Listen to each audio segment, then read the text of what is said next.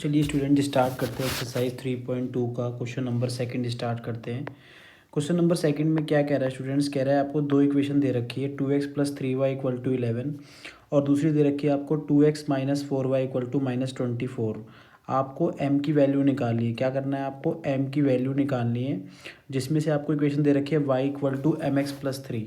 ठीक है, तो आइए हम लोग सॉल्व करते हैं। देखो सबसे पहले ना हमें क्या करना पड़ेगा, हमें पहले इक्वेशन लिख लेते हैं। हम लोग इक्वेशन लिख लेते हैं।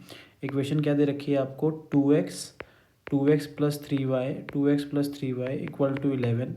एक इक्वेशन ये दे रखी है। दूसरी इक्वेशन क्या दे रखी है आपको 2x माइनस का 4y इक्वल टू माइनस का 24। ये सेकंड इक्वेशन दे रखी है। ठीक है, तो आपको क्या करना है, आपको m की वैल्यू फाइंड आउट करनी है। m की वैल्यू फाइंड आउट करनी है और आपको क्या दे रखा है y equal to m x plus 3, ये आपको गिवन दिया हुआ है। ठीक है, तो सीधी सी बात है, हम क्या करेंगे, देखो अगर मैं ये y की वैल्यू और x की वैल्यू पता लगा लूँ और मैं इसके अंदर डाल दूंगा तो मेरे को m की वैल्यू आराम से निकल जाएगी। तो मैं क्या करूँगा, मैं दोनों इक्वेशन से पहले सॉल्व करना स्टार्ट करता हूँ, है ना।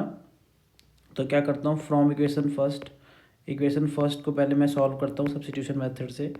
2x plus 3y equal to कितना है आपका 11। ठीक है, तो यहाँ पे मैंने वेरिएबल की वैल्यू बनाई, प्लस 3y को इस तरफ ले जाओ, क्या हो जाएगा 11 माइनस का 3y। फिर यहाँ पे क्या करोगे, x इक्वल टू 11 माइनस का 3y अपॉन में कितना आ गया 2। ठीक है, ये इक्वेशन नंबर क्या हो गई, थर्ड 3 हो गई। ठीक है, अब क्या करोगे, आप इसमें वैल्यू में डाल दो, सेकंड इक्वेशन में डाल दो इस वैल्यू को।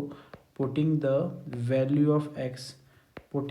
Value of x in equation किस में डाल दोगे, सेकंड में डाल दो। ठीक है, तो 2 और यहाँ पर क्या आ गया आपका 11 माइनस का 3y अपॉन में क्या आ गया 2। ठीक है, प्लस माइनस का कितना आ गया आपका 4y इक्वल टू कितना आ गया माइनस का 24। ठीक है, 2 से 2 कैंसिल आउट हो गया, क्या बचा 11 माइनस का 3y माइनस का 4y इक्वल टू माइनस का 24 बचा। ठीक है, इसके बाद क्या करोगे, ये जो माइनस और माइनस ये दोनों हैं, जो माइनस माइनस ये दोनों आपके ऐड हो जाएंगे ना, तो कितना आ जाएगा आपका माइनस का 7y। माइनस का कितना हो जाएगा स्टूडेंट 7y, और इस 11 को उस तरफ भेज दो, तो माइनस का 24 और माइनस का 11, माइनस का ये 7y हो गया, माइनस का 35 हो गया, माइनस से माइनस कैंसिल हो गया और 7 5 ज़ा 35। तो y की वैल्यू कितनी हो गई आपके पास 5।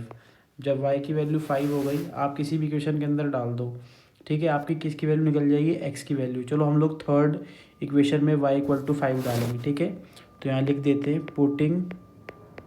Putting the value of y equal to 5 in equation third equation में डाल दो। ठीक है, तो थर्ड इक्वेशन क्या थी, पहले थर्ड इक्वेशन लिख लेते हैं। x इक्वल टू 11 माइनस का 3y अपॉन में 2 थी, तो डाल दो यहाँ पे 11 माइनस का 3 इंटू का 5 अपॉन में 2, तो क्या हो गया x इक्वल टू 11 माइनस कितना आ गया 15 अपॉन में 2। इसको माइनस करें कितना आएगा, माइनस का 4 अपॉन में 2, तो कितना आ गया माइनस का 2। तो x की वैल्यू कितनी आ गई स्टूडेंट्स -2। x की वैल्यू जब -2 आ गई और y की वैल्यू कितनी आ गई बच्चों, y की वैल्यू आ गई 5। हमें किसकी वैल्यू निकालनी थी, हमें m की वैल्यू निकालनी थी। ठीक है, तो हमें ना एक चीज़ गिवन दे रखी थी, देखो ध्यान से देखना, मैं दिखाता हूँ आपको। ठीक है, देखो ये पार्ट आपको गिवन दिया हुआ था, ये वाला पार्ट है ना, ये वाला पार्ट गिवन दिया हुआ था। ठीक है, तो इस वाले पार्ट का ही यूज़ करेंगे। क्या गिवन दे रखा था आपको, गिवन ये दे रखा था कि y equal to m x plus 3, ये लिखा हुआ था गिवन, है ना। यहाँ पे x की वैल्यू कितनी है और y की वैल्यू कितनी है डाल दो। y की वैल्यू 5 है ना, m की जगह m आ गया। x की वैल्यू कितनी है माइनस का 2 और ये कितना है आपका प्लस का 3। ठीक है, ये 5 हो गया, है ना, ये प्लस का 3 वहाँ भेज दो, माइनस का 3, और ये कितना आ गया माइनस का 2m।